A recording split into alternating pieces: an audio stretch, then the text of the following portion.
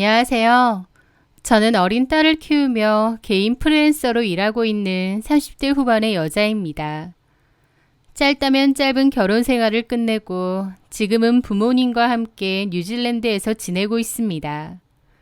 이곳의 푸른 초원 위에서 아이와 함께 평화로운 나날을 보내고 있자면 과거의 그 속 시끄러운 일들이 다 전생처럼 느껴지기도 하네요.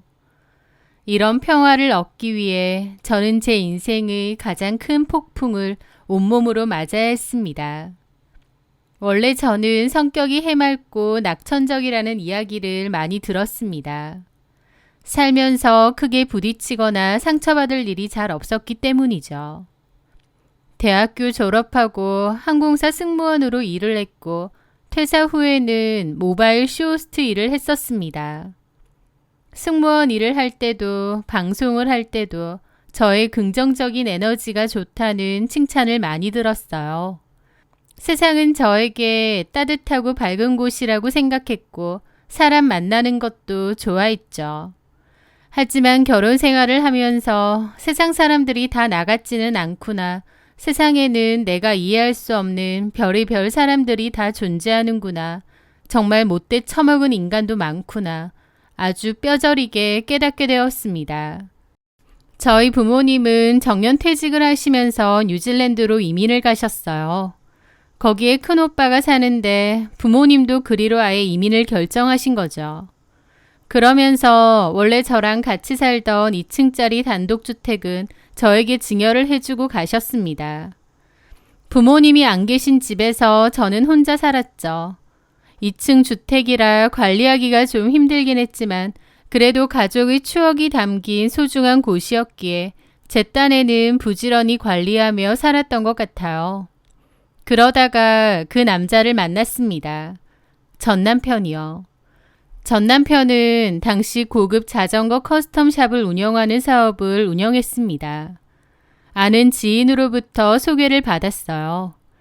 그 남자는 제가 그때 출연했던 모바일 쇼호스트 방송들이 있는데 그것도 찾아봤다고 했습니다. TV에 나오는 건 아니다 보니 일부러 찾아봐야 하는 건데도 저를 소개받는다고 해서 일부러 찾아봤다고 했죠. 지우 씨를 보면 보기만 해도 저까지 덩달아 밝아지는 기분이더라고요. 웃는 모습이 참 예쁘신 것 같아요. 그는 자기도 저처럼 자신만의 브랜드를 만들어가는 사람이라며 저와 공감대를 형성하려 애썼습니다. 저에게 잘 보이려고 노력하는 그의 모습이 귀여웠고 호감이 느껴졌어요. 그리고 저 역시도 그의 열정적인 모습에 끌렸고요. 그렇게 1년 남짓 만나다가 혼전 임신을 하게 되었고 결혼을 약속했습니다. 임신 5개월 차에 결혼을 했으니 결혼하고 반년 만에 아이도 출산했죠.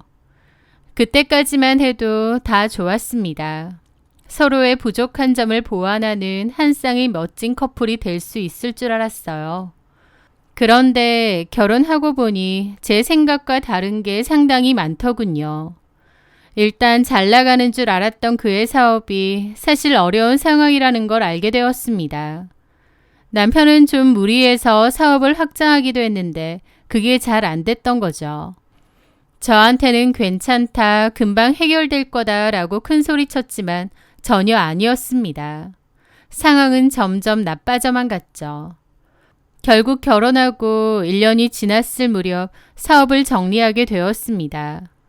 그런데 그것보다 더 충격적인 건 그 1년 동안 어떻게든 사업을 다시 일으켜보려 했던 남편이 거액의 빚을 졌다는 거였습니다. 저한테는 말도 안 하고요. 그 빚은 시부모님이 사시던 아파트를 담보로 잡은 대출이었습니다. 이미 빚 남기고 사업 정리하고 나서야 저한테 고백을 했던 거죠. 자기 딴에는 저 걱정 안 시키고 알아서 해결해 보려 했는데 그게 안 됐다며 얘기를 하더라고요. 게다가 더 큰 문제는요. 남편이 그 빚을 감당하지 못했고 결국 시부모님과 신우들이 살던 시댁집이 경매로 넘어가게 되었다는 거였습니다. 남편은 너무 힘들어했고 자기 식구들을 다 내쫓게 만들었다면서 발을 동동 굴렸죠. 그때의 저에게는 별다른 방법이 없었습니다. 우리 부모님이랑 동생들 당장 길거리에 나앉게 생겼어. 다 나 때문이야. 내가 죽일 놈이야. 여보, 일단 진정해. 방법이 있을 거야. 지우야, 내가 정말 자기한테 미안한데 우리 식구들 이 집에서 잠깐만 같이 좀 지내면 안 될까? 내가 무슨 짓을 해서든 어떻게든 최대한 집 새로 구해서 부모님하고 동생들 나갈 수 있게 할게. 당장 오갈 데가 없어져서 그래. 어? 남편은 저에게 눈물로 호소하며 자기 식구들은 어쩌냐고 하는데 난감하더라고요. 솔직히 싫죠. 편하지도 않은 시댁 식구들이랑 한 집에서 같이 산다니요. 저도 그때 육아와 일을 병행하느라 정신이 없었는데 시부모님까지 같이 산다고 생각하니 너무 불편하고 부담스러웠습니다. 그런데 제 표정을 읽었는지 남편은 제 약한 부분을 정확히 파고들었습니다. 그리고 이건 우리를 위해서도 나쁘지 않은 선택이야. 자기 일 더 하고 싶어 하잖아. 일 욕심도 많고. 우리 부모님 오시면 당신도 더 이상 애 봐줄 사람 걱정 안 하고 마음 편하게 일에만 집중할 수 있을 거 아니야. 그것뿐인가? 엄마가 집안일도 다 해주실 거고. 나더군요.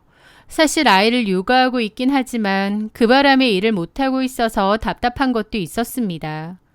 모바일 쇼호스트로 전향을 했기에 최대한 열심히 일하고 싶었는데 아이가 있기 때문에 쉽지 않았거든요. 남편의 설득도 그렇고 또 상황 자체가 제가 거절하기가 힘든 상황이었습니다. 결국 저는 등 떠밀리듯 그 제안을 받아들이게 되었죠. 흔쾌히 좋은 기분은 아니었지만 그래도 괜찮을 거라 생각했습니다. 어쨌든 시부모님이 일하는 저 대신 아이를 돌봐주신다고 했으니 그 부분만이라도 좋게 생각하자 싶었죠. 그렇게 시댁 식구들이 저희 집으로 오게 되었는데요. 무릎이 안 좋은 시부모님을 위해 1층을 내드렸고 신우들도 1층에 있는 방을 썼습니다. 저와 남편, 아이는 2층을 쓰게 되었고요. 그때는 미처 몰랐습니다. 제 집을 통째로 기생충들에게 내어줄 뻔한 끔찍한 결정이었다는 사실을 말이죠. 막상 같이 살아보니 제 생각보다 불편하고 짜증나는 일이 너무나 많았습니다. 제가 일만 할 수 있게 해준다면서 집안일이고 육아고 다 해주신다더니 웬걸요. 집안일은 온전히 제 차지였습니다. 그리고 오히려 식구들이 늘어나니 해야 할 일만 산더미처럼 더 불어난 거죠. 어머님은 아이를 봐주신다는 명목하에 하루 종일 거실 소파에 누워 TV만 보셨어요. TV를 늘 틀어놓고 애는 설렁설렁 봐주신 거죠. 게다가 신우들도 손 하나 까딱 안 했습니다. 어쨌든 오빠네 집에서 살게 되는 건데 눈치 보거나 이런 게 전혀 없더라고요. 저는 모바일 쇼호스트로 일하다 보니 스튜디오로 출근을 할 때도 있고 집에서 라이브 방송을 진행할 때도 있거든요. 집에서 라방을 할 때면 저도 방송에만 집중할 수 있게 도와주셔야 되는데 시댁 식구들이 있다 보니 그것도 안 되는 겁니다. 제가 집에서 라이브 방송을 진행하고 있는데 시어머니께서 아무렇지 않게 카메라 뒤로 불쑥 들어오셔서는 예, 오늘 저녁은 뭐 할 거니? 라고 물으신 적도 있어요. 저는 너무 놀라 방송 중이라면서 좀 이따가 얘기하자고 그랬죠. 어머님은 이런 걸로 돈을 벌 수 있느냐며 막 기웃거리시다가 나간 바람에 방송을 망친 적도 있었습니다. 그 후로 문을 잠궈놓고 했는데 방송 중에도 자꾸 노크를 하고 본인 용무가 있으니 문 좀 열어보라고 하질 않나 너무 방해가 되더라고요. 그리고 집안일은 아예 안 도와주시면서 집이 지저분하고 관리가 안 된다고 핀잔처럼 자꾸 얘기를 하시니 저도 너무 스트레스가 심했습니다. 결국 저는 돈을 따로 주고 일주일에 2번씩 오는 도우미를 써야만 했습니다. 도우미를 쓰는 것조차도 어머님하고 갈등이 좀 있었죠. 집에 여자가 몇인데 돈을 주고 집안일 해주는 사람을 부르는 거냐며 저보고 돈 많냐고 하시는 거예요. 어처구니가 없었죠. 어머님 말 맞다나 집에 여자든 남자든 사람이 몇인데 왜 아무도 집안일은 안 하고 나 몰라라 하는지요. 너무 스트레스였지만 그런 걸로 길게 왈가왈부하고 싶지도 않아 그냥 전문가를 쓰는 게 낫다 정도로만 얘기했습니다. 시부모님 못지않게 신우들도 정말 골치 아팠어요. 집에 마음대로 친구들을 데리고 오질 않나. 한번 왔다 하면 1층 거실이 엉망진창입니다. 집주인인 저도 거실에 있는 가구나 살림살이를 조심했었었는데 신우들은 그런 것도 전혀 없더라고요. 참다 못한 저는 남편에게 여러 번 얘기했습니다. 자기야, 어머님 아버님 집은 찾고 있어? 집? 여기서 계속 사실 순 없잖아. 그런데 남편은 멋쩍은 얼굴로 그러는 겁니다. 왜? 여기 집 넓고 다 같이 살아도 별 문제 없지 않아? 왜 문제가 없어? 나 솔직히 스트레스 너무 많이 받는데. 엄마가 슬기도 봐주시잖아. 일부러 애 봐달라고 부모님 모셔와서 사는 집들도 있다던데. 슬기만 봐주시면 뭐해. 나머지 집안일은 그대로고 내 몫만 늘어나는데. 그리고 슬기 봐주시는 것도 그래. 어머님하고 육아 스타일도 안 맞아서 사사건건 부딪히는 것도 너무 많아. 어쨌든 내가 엄마니까 이렇게 해주십사 하는 게 있는데 어머님은 그럴 때마다 그럼 네가 하라고 짜증내시면서 슬기 확 맡기고 나가버리실 때도 많잖아. 아, 그거는 자기가 잘못했지. 엄마가 봐주기로 했으면 엄마한테 전적으로 맡겨야 되는 거 아니야? 내가 다른 거 얘기하는 것도 아니고 안전에 관한 거 얘기하는데도 그러신다니까. 애 떨어질지도 모르는데 소파 끄트머리에다가 앉혀놓질 않나. 저번에는 기는 거 연습하라고 애를 엎어놓고 자지러지게 울 때까지 친구분들하고 통화를 하시질 않나. 솔직히 애를 신경 써서 봐주시는 것도 아니야. 아, 엄마도 어떻게 하루 종일 슬기만 보고 있어. 하루 종일 봐달라는 게 아니라 하여튼 차라리 어린이집에 맡기거나 사람 쓰는 게 더 나을 것 같아. 집을 구하고 있긴 한 거야? 그런데 제 물음에 남편은 민기적거리더라고요. 아, 자기도 알지만 나도 다시 사업 일으켜보려고 요즘 백방으로 뛰어다니잖아. 나도 정신 없거든. 내가 천천히 한번 알아볼게. 저번에도 그렇게 말했잖아. 도대체 언제 알아볼 건데. 자기야, 너무 닥달하지 마. 솔직히 내 보기엔 자기가 너무 예민해. 우리 가족들 다 자기한테 피해 안 주고 살려고 하는 것 같은데. 뭐라고? 어이가 없더라고요. 저는 너무 스트레스 받고 있고 그게 한두 개가 아닌데 남편은 자기 가족들이 배려를 많이 해주고 조심하고 편하게 해주지 않느냐 생각하는 겁니다. 본인은 본인 가족들이니 당연히 편하겠죠. 남편에게 물어도 알아볼 생각이 있긴 한 건지 민기적 거리기만 하고 저의 스트레스도 갈수록 쌓여갔습니다. 그러던 어느 날 뉴질랜드에 계신 저희 부모님이 손녀를 보기 위해 한국에 오셨습니다. 저는 시댁 식구들과 같이 산다는 이야기를 부모님께 미리 말씀드렸습니다. 그리고 시댁 식구들에게도 저희 부모님이 오신다고 했죠. 그런데 웬걸 저희 부모님이 오시니까 시부모님도 신우들도 너무 불편해하는 겁니다. 엄밀히 저희 부모님 집인데도 오히려 저희 부모님이 눈치를 봐야 하는 이상한 상황이 된 거죠.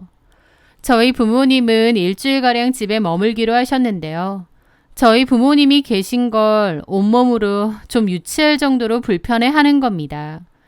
식사 시간이 되어도 방에서 나오지 않거나 지나가며 마주쳐도 인사를 하는 둥 마는 둥 마치 저희 부모님을 원치 않는 불청객이라도 대하는 듯한 태도였습니다. 저희 부모님도 좀 황당해 보이셨고요. 저는 저희 부모님께 너무 죄송했습니다. 부모님이 저 편하게 살라고 증여해주고 가신 집이었기에 시댁 식구들 같이 산다고 했을 때 걱정을 많이 하셨거든요. 그런데 제가 괜찮다고 사정이 여의치 않아서 잠깐만 지내시다 갈 거라고 말씀드렸었어요. 그러면서 시부모님도 다 많이 도와주시고 배려도 많이 해주시고 신우들도 다 착하다고 말씀드렸었죠. 부모님 걱정하실까봐 제 딴에는 좋게 얘기했던 거고 저희 부모님도 그러느냐며 한시름 놓는다고 하셨는데 막상 직접 와서 지내보니 그게 아니라는 걸 다 아신 거죠.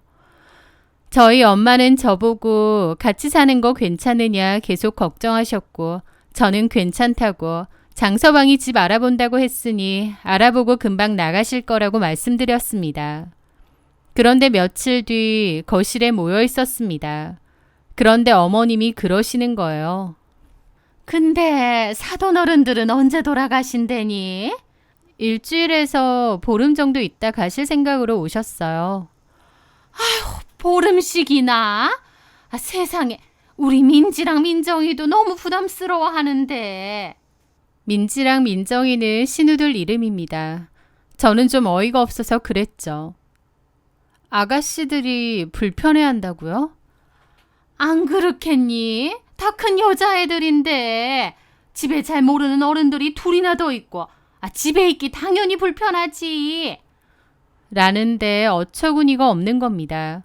그 순간 이 집이 저희 부모님 집이나 제 집이 아니라 시부모님 집인 줄 착각할 뻔했어요.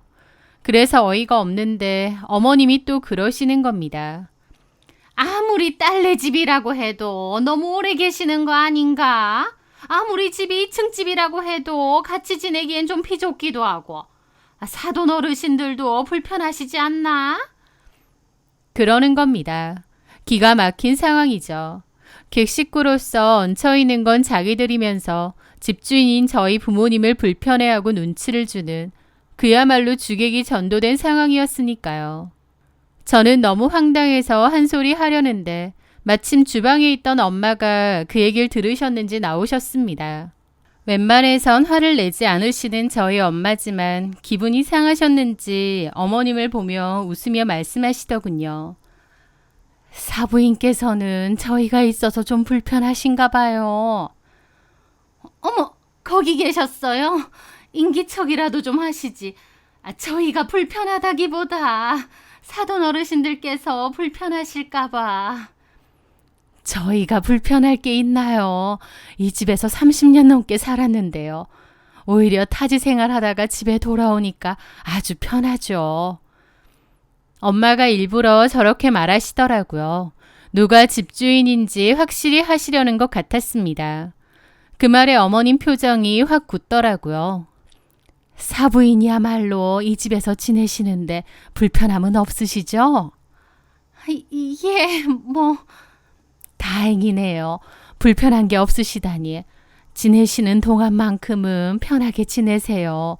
어차피 장서방이 집 알아본다고 했으니 곧 나가실 거 아니에요. 지내시는 동안 저희 딸이 공연히 눈치 주는 일은 없게 제가 잘 얘기해 놓겠습니다. 저희 엄마의 뼈 있는 농담에 어머님은 표정이 완전 굳어서는 대답도 하는 둥 마는 둥 굳어 있으시더군요. 그 모습이 어찌나 통쾌하면서도 한편으론 서글픈 겁니다.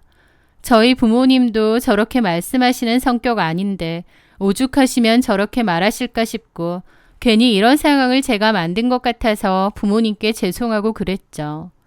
시부모님은 저희 부모님 얘기 이후로 표정 내내 안 좋아서 방 밖으로도 안 나오고 그러시더라고요. 저는 참다 못해 남편에게도 통보를 했습니다. 시부모님 지내실 집 알아보라고요. 그랬더니 남편이 사실 구할 돈이 없다느니 그제서야 헛소리를 하더라고요.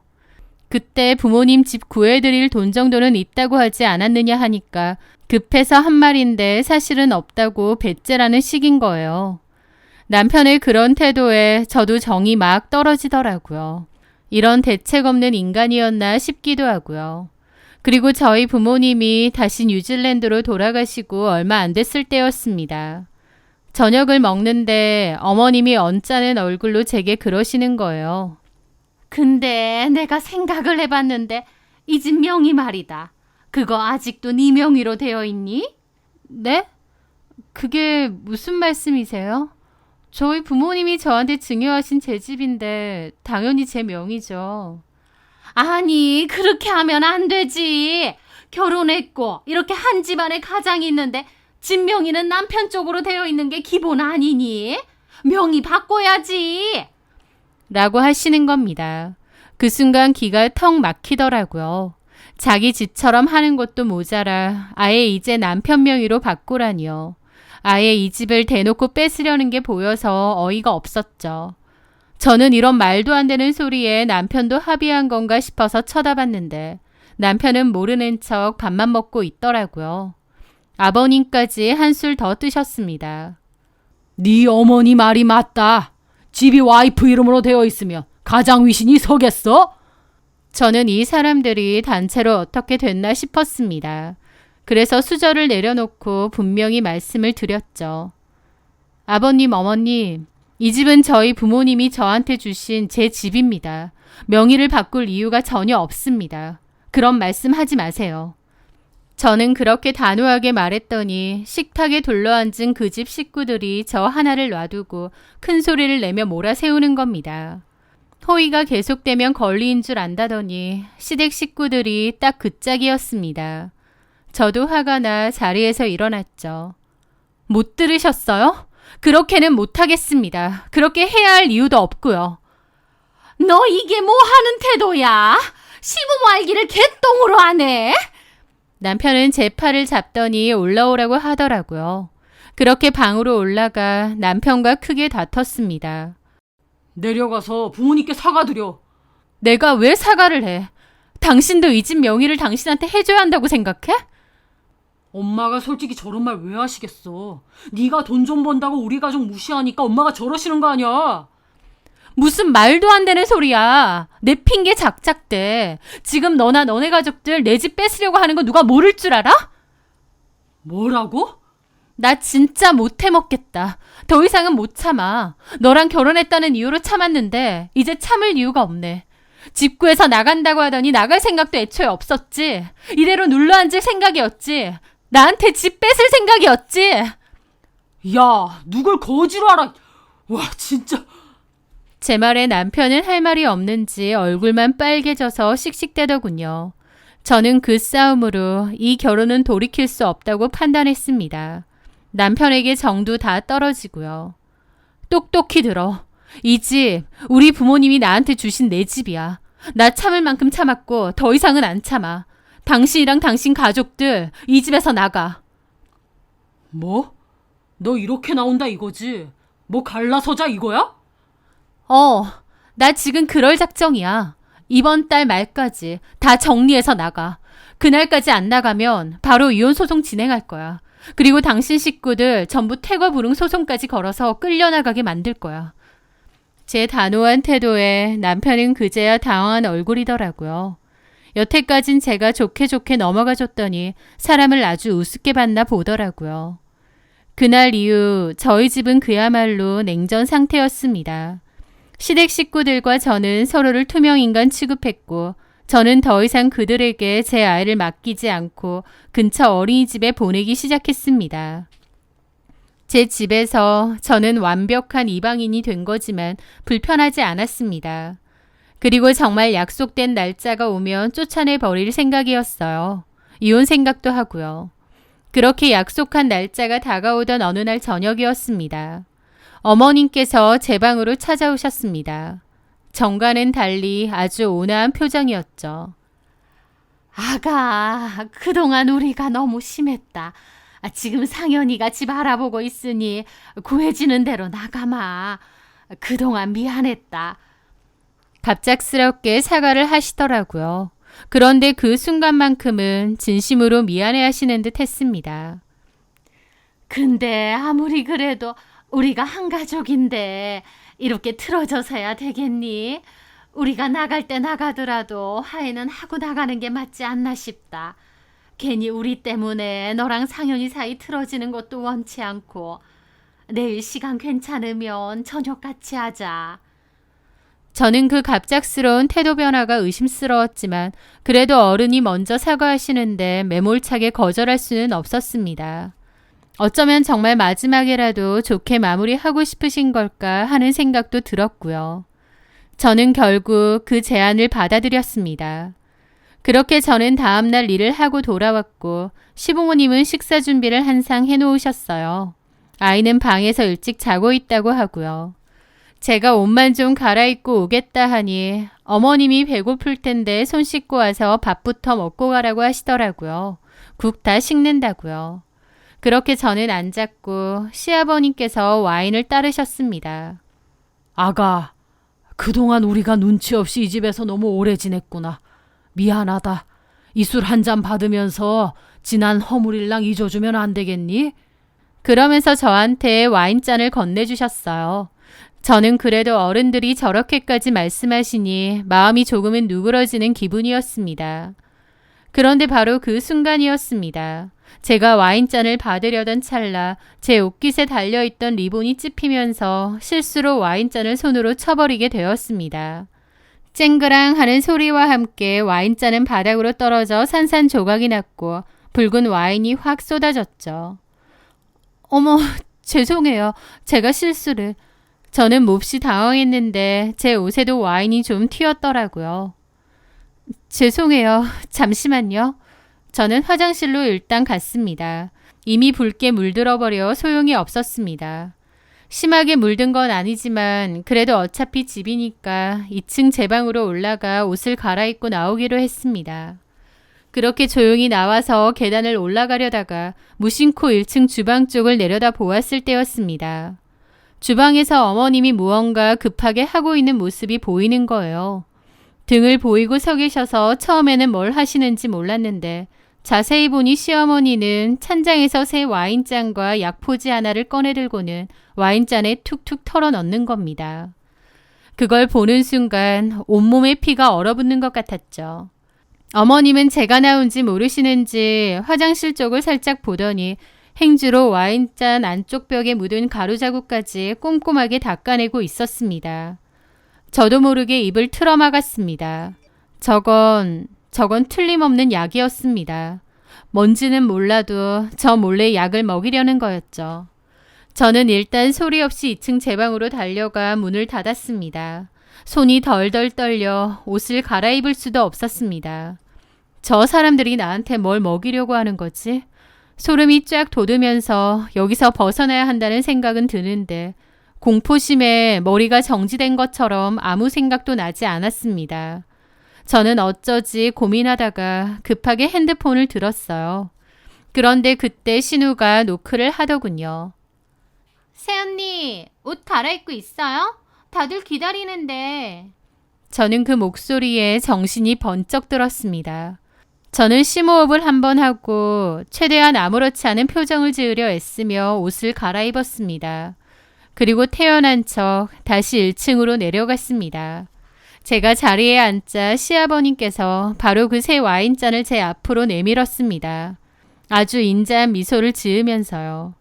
자, 우리 며느리 옷도 갈아입었으니 이제 정말 우리 다 화해하는 기념으로 한잔하자. 저는 제 앞에 놓인 그 와인잔을 가만히 내려다보았습니다. 붉은 와인 속에 저를 해치려는 그들의 시커먼 속내가 비치는 것 같았습니다. 저는 와인을 마시는 척하면서 사실은 입술에 잔을 슬쩍 대기만 하고 마시지는 않았습니다. 그 짧은 순간에도 맞은편에 앉은 어머님이 제가 술을 마시는지 안 마시는지 유심히 살피고 있다는 것이 느껴졌죠. 제가 잔을 내려놓자 아니나 다를까 어머님이 물었습니다. 왜 안 마시니, 아가? 그 순간 저도 모르게 기지를 발휘해서 그랬죠. 와인에서 약간 상한 냄새가 나는 것 같아서요. 제 말에 옆에 앉아있던 남편이 제 잔을 냉큼 가져가더니 킁킁대더라고요. 무슨 소리야? 아무렇지도 않은데? 향 좋기만 하네. 마셔도 돼. 그러면서 그 잔을 다시 제게 건네는 겁니다. 다른 식구들보다 남편 놈까지 한통속이라는 게 너무 괘씸하고 분하더라고요. 그래서 제가 그랬죠. 그래? 당신 잔은 괜찮은가 보다. 그럼 바꿔 마시자. 그렇게 저는 잔을 바꿨습니다. 그 순간 시댁 식구들의 얼굴이 전부 굳어지는 것을 보았습니다. 시어머니와 시아버지가 서로 눈빛을 교환했고 남편은 당황하더라고요. 그게 얼마나 어이가 없던지요. 안 마셔? 아니, 나는 갑자기 속이 좀 안 좋아서. 그 모습에 제가 그랬죠. 방금 전까지 향 좋다면서 왜? 못 마시겠어? 이 와인에 뭐 문제라도 있어? 화가 나서 따졌지만 한편으론 그 순간이 너무 공포기도 했습니다. 그곳에는 제 편이 단 한 명도 없었으니까요. 저는 끝장을 보자 싶어 자리에서 일어나 주방으로 향했습니다. 목이 마르네요. 물 좀 마시고 올게요. 주방으로 걸어가는 척 하면서 저는 몰래 주머니 속에서 휴대폰을 꺼내 112를 눌렀습니다. 통화 버튼을 누른 뒤 주머니 깊숙이 넣어두었어요. 그리고 시어머니가 꺼냈던 그 찬장에서 약을 꺼냈죠. 어머님, 이거 뭐예요? 이 약 제 잔에 탔죠? 제가 다 봤어요. 이 약 도대체 뭐예요? 제 말에 시어머니는 당황하며 변명하기 시작했습니다. 약이라니. 그건 그냥 감기약이야, 감기약. 감기약이요? 웃기지 마세요. 술이랑 감기약을 같이 먹는 사람이 어디 있어요? 그리고 어머님, 연세가 몇인데 가루 감기약을 드세요? 저는 더 이상 참지 않고 소리쳤습니다. 도대체 이 약이 뭐냐고요? 왜 저한테 몰래 먹이려고 한 거예요? 쟤 뭔 소리야니. 미쳤나 보다. 그래요. 제가 직접 알아볼게요, 그럼. 저는 그 약봉지를 들고 현관으로 향했습니다. 그런데 그 순간 시댁 식구들이 다급하게 저를 막아서면서 뒤로 확 밀치는 겁니다. 그리고 신우가 제 손에 약을 뺏었고 어머님이 제게 달려드는 거예요. 저는 그 바람에 바닥으로 쓰러졌는데 그 순간 소리를 지르며 제 머리채를 잡고 바닥에 내리찍는 겁니다. 이 싸가지 없는 년. 시부모 무서운 줄 모르고. 네가 그렇게 잘났어? 네 집이라고 유세 떨어 이 망하려나? 아픈 것보다 너무 무서웠습니다. 머리를 바닥에 찌이고 시어머니의 악독한 소나기에 머리채가 잡힌 채 흔들리는 동안 제 눈은 단 한 사람을 향해 있었습니다. 바로 제 남편이었죠. 하지만 남편은 시어머니를 말리지도 않고 이 모든 광경을 보고만 있는데 그 순간 깨달았습니다. 저를 때리는 시어머니보다 그냥 지켜만 보고 있는 저 인간이 더 끔찍한 악마라는 것을요. 그때였습니다. 띵동 띵동 요란한 초인종 소리와 함께 현관문을 부술듯이 두드리는 소리가 들렸습니다. 경찰입니다. 문 여세요. 가정폭력 신고받고 출동했습니다. 그 소리에 시어머니의 움직임이 멈칫했습니다. 시댁 식구들 모두가 얼어붙었죠. 경찰이 강제로 열기 전에 빨리 열라고 재촉했고 겁에 질린 신우 하나가 떨리는 손으로 현관문을 열었습니다. 그리고 경찰들이 집 안으로 들이닥쳤죠. 사실 저는 아까 2층 제 방에서 옷을 갈아입으며 그 공포 속에서도 이미 112에 문자를 보내두었습니다. 시댁 식구들이 저를 해치려 합니다. 제 술에 약을 탔습니다. 지금 당장 출동해 주세요. 증거를 위해 112에 다시 전화해 현장 상황을 큰 소리로 알리겠습니다. 라고요. 제가 주방에서 소리치며 그들과 다투는 동안 제 주머니 속 휴대폰은 112와 연결되어 이 모든 상황을 생중계하고 있었던 겁니다. 경찰은 바닥에 널브러져 있는 저와 시모를 떼어놓았습니다. 폭행 현행범으로 체포합니다. 내가 뭘 어쨌다고! 저는 경찰의 부축을 받으며 일어나 비틀거리며 휴지통을 가리켰습니다. 저기에 약봉지 있어요. 저한테 몰래 먹이려던 거. 신우가 제 손에서 뺏은 약봉지를 버렸거든요. 경찰은 즉시 휴지통을 뒤져 약봉지를 증거물로 수집했고 시댁 식구들은 모두 경찰서로 연행되었습니다. 저는 경찰의 도움을 받아 병원 응급실로 가게 되었고 그곳에서 진단서를 끊었습니다. 다행히 심하게 다친 건 아니었지만 온몸이 떨리고 그 순간의 공포가 떠나지 않아 한참을 진정해야만 했습니다. 그리고 며칠 뒤 저는 담당 형사에게서 전화를 받았습니다. 그 약의 정체에 대한 검사 결과가 나왔다는 것이었죠. 강지우 씨, 와인에서 나온 성분 검사 결과가 나왔습니다. 뭔가요? 수면제 성분이 검출되었습니다. 수면제라고 하는데 등골이 오싹하더라고요. 저를 깊은 잠에 빠뜨려 무슨 짓을 하려고 했을까 소름이 끼쳤죠. 경찰서에서 형사들이 따지자 시모는 본인이 불면증이 심해서 수면제를 먹으려던 건데 제가 오해를 한 것이라며 생난리를 쳤다더군요. 시모가 평소에도 수면제를 잘 복용했고 저한테 억지로 약을 먹이려고 했다는 명백한 증거가 없어 더 따지고 들 수는 없었지만 폭행죄는 현장에서 체포되었기에 빼도 박도 못하는 상황이었습니다. 시댁 식구들은 제게 합의를 요구했지만 저는 단호하게 말했습니다. 선처는 없습니다. 법대로 처벌해 주세요. 결국 시어머니는 폭행죄로 처벌을 받게 되었고 저는 곧바로 이혼 소송 및 폭행죄를 근거로 위자료 청구 소송을 걸었습니다. 그 뒤로 지긋지긋한 싸움이 시작되었습니다. 특히 아이의 양육권을 두고 남편과 오랫동안 싸웠죠. 저를 물고 늘어졌습니다. 하지만 법은 제 편이었습니다. 남편의 폭행 사실과 시어머니의 비상식적인 행동들이 인정되었습니다. 하지만 문제는 끝나지 않았어요. 제가 이혼 소송에서 이기고 제 집에서 나가라고 했음에도 그들은 나가지 않고 버텼거든요.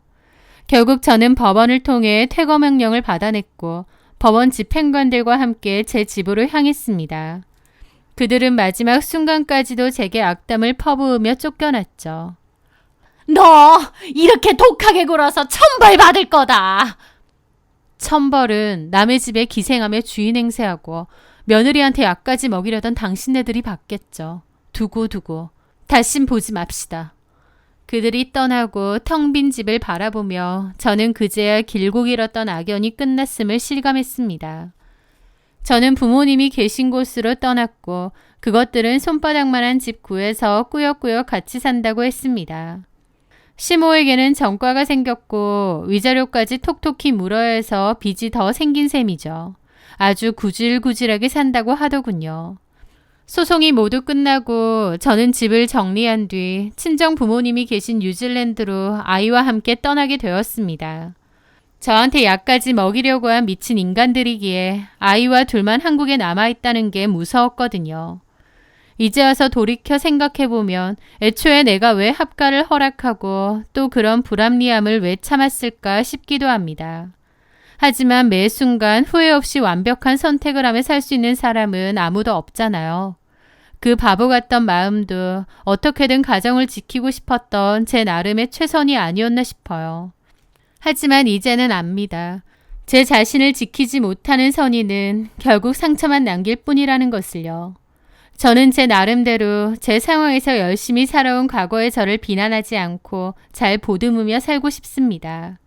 그리고 제 아이에게 더 강하고 현명한 엄마가 되어줄 생각입니다.